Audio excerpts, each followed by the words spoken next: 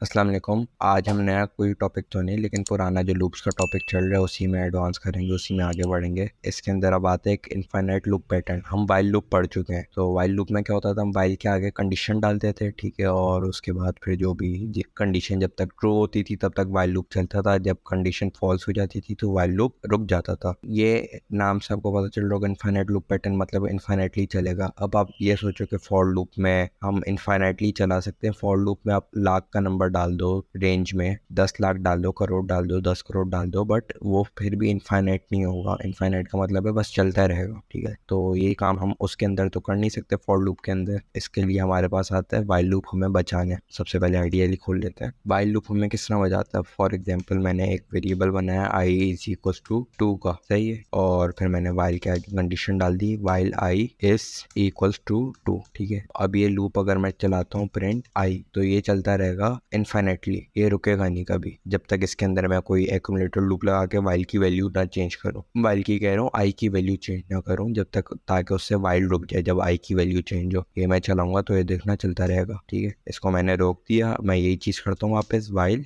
I is equal to 2 और फिर I plus is equal to 1, और इसके बाद एक और लाइन डाल देते हैं हम प्रिंट, सॉरी इसके बाद नहीं, इससे पहले डालते हैं।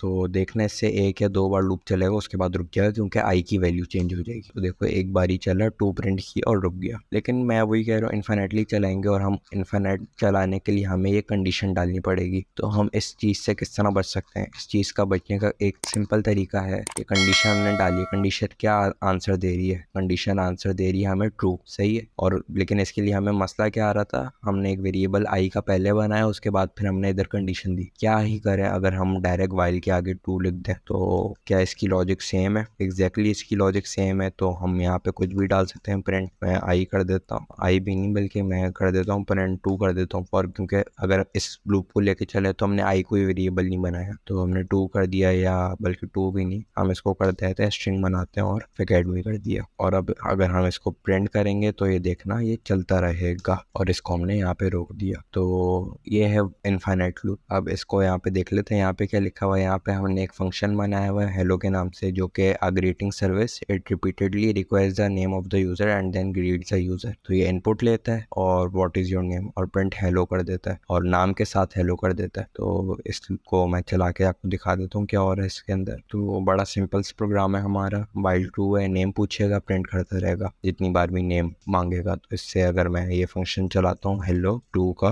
और इसको बस रन कर दिया, इसके अंदर कोई पैरामीटर नहीं है तो हम कोई आर्गुमेंट भी नहीं देंगे, तो हम इसको बस करते हैं। अब ये नेम पूछ रहा, हमने डाल दिया, फॉर एग्जांपल अली डाल दिया, हेलो अली। इसने दोबारा नेम पूछा, हमने अहमद डाल दिया, ठीक है। इसने दोबारा नेम पूछा, इस तरह कुछ भी डाल सकते हैं, ABC डाल दिया, और ये बस करता रहेगा। तो इसको रोकने के लिए हमने दोबारा इंटरप्ट कर दिया कंट्रोल C से। तो बस ये इतना सा प्रोग्राम था और ये चलता रहेगा। ये हो गया इनफाइनाइट लूप पैटर्न। लेकिन यहाँ पे लूप एंड हाफ पैटर्न, अब ये क्या हो रहा है, cutting the last loop iteration in half. तो इसमें क्या होता है, अगर लूप जिस तरह इनफाइनाइट लूप होता है तो इसको तोड़ने के लिए क्या तरीका है। एक तो तरीका ये है कि उसको बीच में किसी तरीके से तोड़ दिया जाए, उसको काट दिया जाए। Example, a function that creates a list of cities entered by the user and returns it. तो इसके अंदर जो फंक्शन बना है, इसके अंदर लिस्ट होगी, लिस्ट के अंदर हम जो भी यूजर से इनपुट लेगा सिटीज ने, वो उस लिस्ट के अंदर आते रहेंगे, और जब वो लिस्ट हो जाएगी पूरी तो फिर हमें रिटर्न लिस्ट कर देगा फंक्शन। अच्छा, वो लिस्ट पूरी किस तरह होगी, लिस्ट पूरी होने के लिए एक हम फ्लैग बनेंगे। फ्लैग क्या होता है, फ्लैग जिस तरह हम normal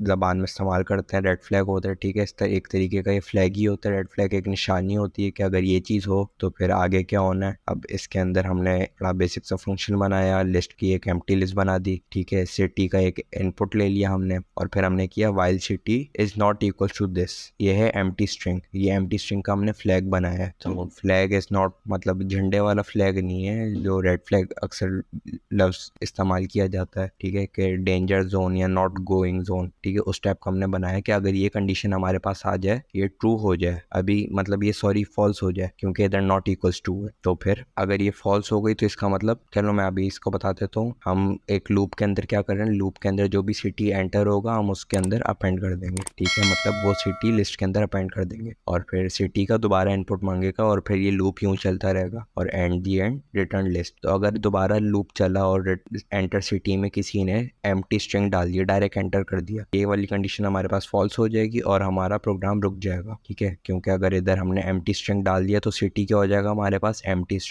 string is not equals to empty string false, तो वाइल लूप रुक जाएगा और रिटर्न लिस्ट हो जाएगी। तो अब इसको मैं चला के दिखा देता हूँ। तो ये हमारा प्रोग्राम बन चुका है। इसके अंदर हमने रिटर्न LST को लूप के बाहर लिखा है ताकि जब हमारा लूप खत्म हो जाए या लूप की वैल्यू यहाँ पे फॉल्स हो जाएगी ये कंडीशन और लूप से बाहर आएगा तो हमें रिटर्न लिस्ट कर दे। तो इस प्रोग्राम को अब चला के देख लेते हैं क्या आ रहा है हमारे पास। सिटी इसको हमने रन किया, ये भी एम्प्टी है तो इसको हम डायरेक्ट चलेंगे। अभी इनपुट मांग रहे हैं, हमने डाल दिया कराची, ठीक है। दूसरा इनपुट मांग रहे हैं, हमने लाहौर डाल दिया। तीसरे में दिल्ली डाल दिया। चौथे में हमने दुबई डाल दिया। अब इसको जब मैं डायरेक्ट एंटर करूंगा तो ये देखो इसने मुझे लिस्ट दे दी। इतना सा प्रोग्राम था ये, ठीक है। लेकिन इस प्रोग्राम का मसला है कि इसमें देखो हम 2 बार इनपुट ले रहे हैं। यार एक वेरिएबल है तो हम 2 बार इनपुट क्यों ले जब हमारा डायरेक्ट काम हो सकता है। अब डायरेक्ट काम किस तरह होगा इसमें तो वो अब देखते हैं। Cutting the last loop partition in half, ये वही चीज़ है, ठीक है। इसको अब हम किस तरह रोकेंगे तो हम इसी सेम प्रोग्राम को कॉपी करेंगे, यहाँ पे पेस्ट कर देंगे। यहाँ से हम सिटी वाले एक्स्ट्रा लाइन को हटाएंगे, ठीक है। यहाँ से वाइल ट्रू कर देंगे हम। लिस्ट अपेंड सिटी वाली लाइन को हम थोड़ा नीचे ले आएंगे।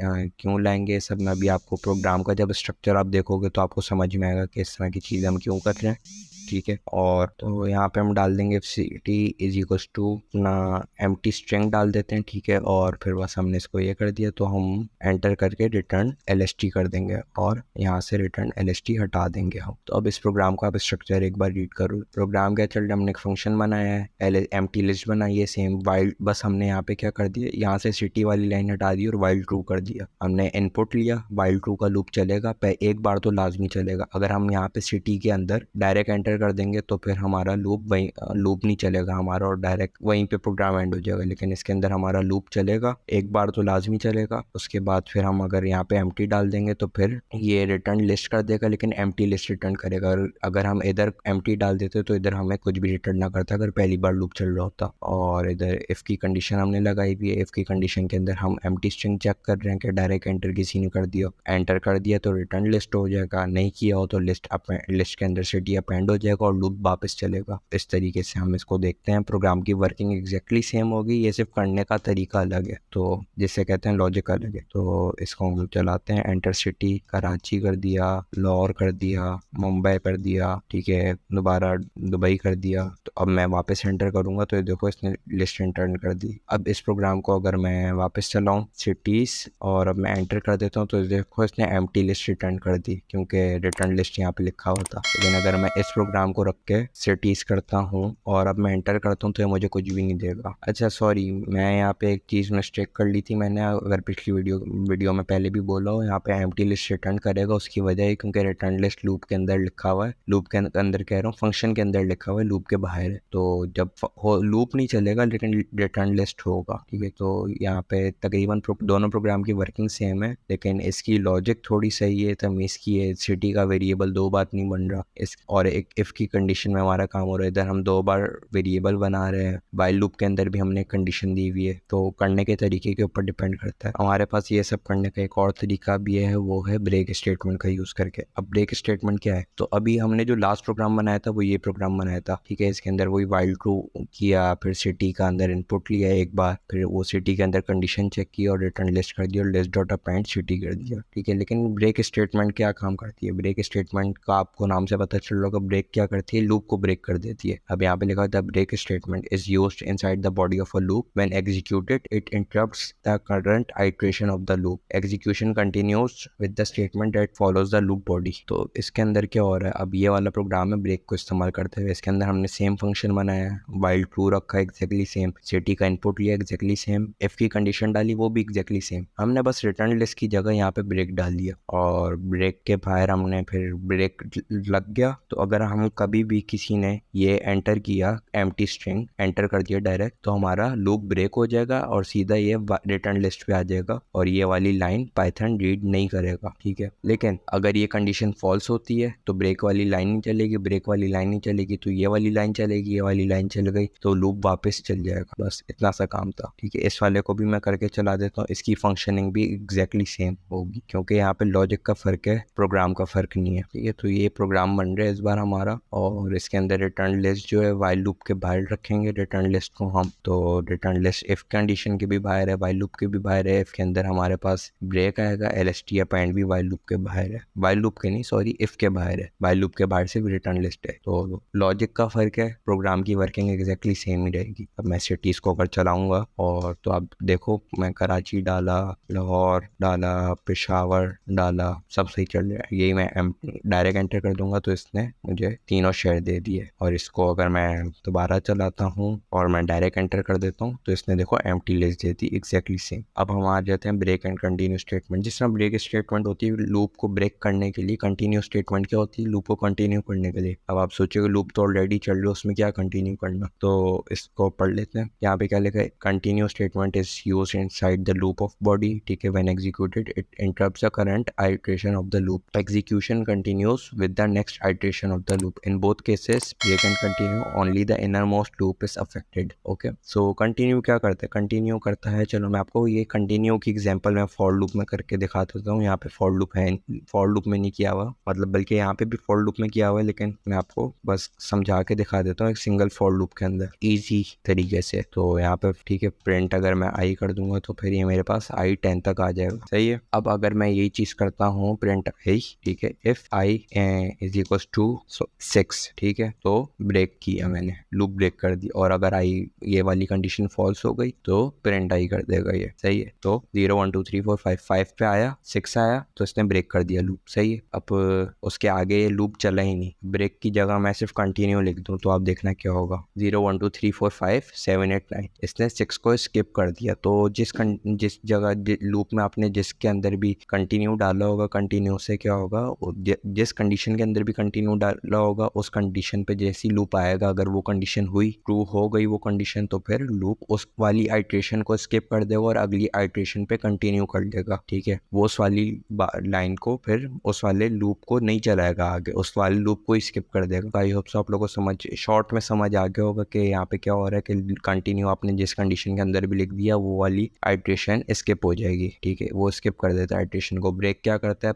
पूरे लूप को ही ब्रेक कर देता है, ठीक है। कंटिन्यू सिर्फ उस वाली आइट्रेशन को, जो भी आपकी करंट आइट्रेशन हो रही है, इस वाले केस के में 6 वाली आइट्रेशन पे, ठीक है, जब रेंज हमारे पास 6 आ रही थी, 0 1 2 3 4 5 6, तो फिर इसने उसको स्किप कर दिया और डायरेक्ट 7 पे चला गया, 7 फिर 8 भी सही चला, 9 भी सही चला। तो बस ये इतना सा काम कर रहा है। अब इस वाले प्रोग्राम में देख लेते क्या हो रहा है। एक हमने पहले यहाँ पे बिफोर 0 के नाम से एक फंक्शन बनाया जिसके अंदर हम टेबल देंगे, टेबल तो नहीं देंगे, हम लिस्ट देंगे और लिस्ट ऑफ लिस्ट देंगे। एक लिस्ट है उसके अंदर 3 हमने लिस्ट दी है, ठीक है। और फॉर रॉ एंड टेबल, क्या फॉर रॉ एंड टेबल्स का मतलब क्या है, लिस्ट 1, ये लिस्ट 1 है, मतलब लिस्ट 0 है, इंडेक्स वाइज बात करें, ये लिस्ट 1 है और ये लिस्ट 2 है, ये रॉज है, ठीक है। और फिर फॉर नम इन रॉ से क्या होगा, फॉर नम इन रॉ का मतलब है column, for num in row 0 1 2 3, ये मैं इंडेक्स के लिहाज से बात कर रहा हूँ। तो यहाँ पे हमने कंडीशन डाली हुई नम इक्वल्स टू 0, तो ब्रेक द लूप। अच्छा, यहाँ पे जो लिखा हुआ है कि in both cases break and continue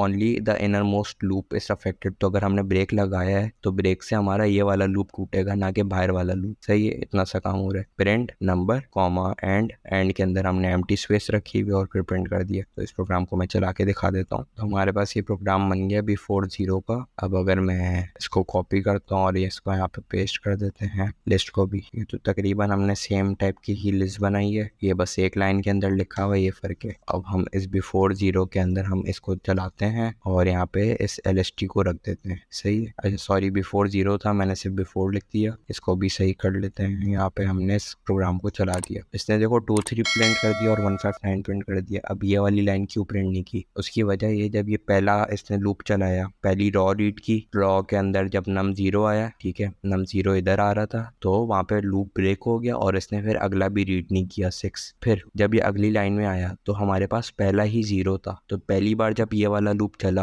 अंदर वाला लूप, तो उसने पहली बार में ही ब्रेक कर दिया और वो फिर सीधा लाइन स्किप हो गई प्रिंट की वजह से, इस वाले प्रिंट की वजह से। और फिर हमारे इसने आखिरी वाली लाइन पे आ गया और आखिरी वाली लाइन में जो 0 था वो सबसे आखिर में था, तो इसने जब लूप ब्रेक किया तो उसका कोई फायदा ही नहीं हो, हमारे पास 159 शुरू में आ गया। अगर ये 9 से पहले होता, 5 से पहले होता, तो शायद ये 59 भी ना आते, ठीक है। बस इतना सा काम हो रहा था। इस लूप के आप फ्लो चार्ट को समझोगे, डायग्राम को समझोगे तो आपको और बेहतर समझ आ जाएगा। अब यहाँ पे दूसरा क्या है, इग्नोर 0, जीरो। ठीक है, यहाँ पे क्या हो रहा था, जब जीरो आएगा तो आपका लूप रुक रहा था। ठीक है, उसके बाद आगे कुछ रीड ही नहीं कर रहा था, ये फिर अगली रॉ पे जा रहा था। इसमें क्या इग्नोर करेगा जीरो को इग्नोर करने से मतलब ये कि जैसे ही जीरो आएगा तो उसको इग्नोर करके अगली वैल्यू पे चला जाएगा, अगली आइट्रेशन पे चला जाएगा, उसको स्किप कर देगा। तो यहाँ पे बस ब्रेक की जगह हमने कंटिन्यू लिख दिया। तो अगर हमारे पास यहाँ पे जीरो आएगा 2 3 0, जीरो को स्किप कर देगा, 6 आ जाएगा, तो इधर इसने 6 प्रिंट कर दिया। इधर हमारे पास जीरो आ रहा था, जीरो को इसने स्किप कर दिया, इसने डायरेक्ट 3 4 5 कर दिया। और इधर इसने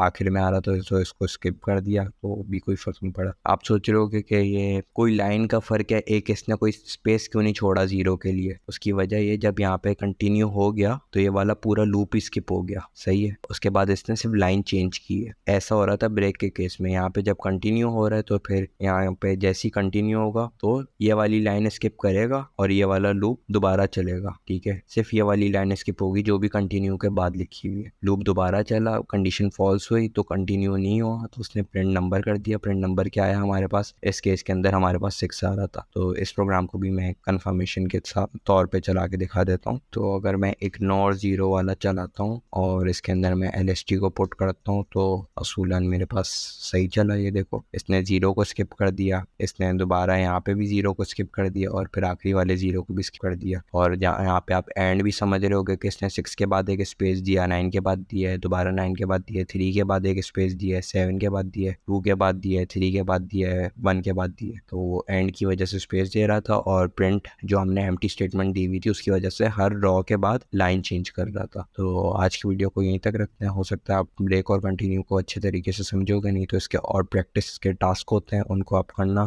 ताकि ये आपको और बेहतर तरीके से समझ आए। तो यही वाइल लूप भी तकरीबन हमारा ख़त्म हो गया है, वाइल और फॉर। अच्छा, एक और चीज़ बताता चलूँ, ब्रेक और कंटिन्यू की स्टेटमेंट वाइल लूप के अंदर भी चलती हैं और फॉर लूप के अंदर भी चलती है। ये चीज़, इससे कोई फ़र्क नहीं पड़ता और बिल्कुल एज इट इज़ काम करती है। सिर्फ वाइल लूप का ये होता है कि वाइल लूप में आप कंडीशन डालते हो, फॉर लूप के अंदर आप कोई रेंज या फिर आप कोई स्ट्रिंग या लिस्ट डालते हो ताकि उसके अंदर जितने आइटम्स होते हैं उतनी बार चलता है, रेंज में जितना इंटीजर डाला हुआ होगा उतनी बार चलता है। आज की वीडियो को यहीं पे ख़त्म करते हैं। अल्लाह हाफिज़।